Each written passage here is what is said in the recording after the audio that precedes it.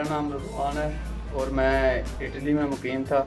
तो अभी 1 मंथ हुआ है मुझे शादी के लिए ना पाकिस्तान बुलाया गया था घर वालों की तरफ से ना। मेहंदी वाली रात को ना मेरे साथ हादसा पेश हुआ है तकरीबन 7 बजे तकरीबन। दिन तो मुकर्रर किया हुआ था सारा कुछ, मगर जब एक वक्त ही ऐसा आ गया कि इसमें हम सफ़र का भी पता चलता है। वो खुद कह रहा था कि मैंने इस कंडीशन में तुम्हें छोड़ के नहीं जाना, जैसे भी है मैंने शादी जो है ना मैंने तुम्हें, जब तक तुम ठीक नहीं होते हम आ जाते हैं। तो इसलिए हम सब दोनों ने फैसला किया कि हम इधर ही हॉस्पिटल में, दोनों फैमिली ने फैसला किया कि इधर ही शादी करते हैं, इधर ही निकाह करते हैं। और मेरे घर वाले भी सब बहुत खुश हैं, वाइफ मेरी भी बहुत खुश है।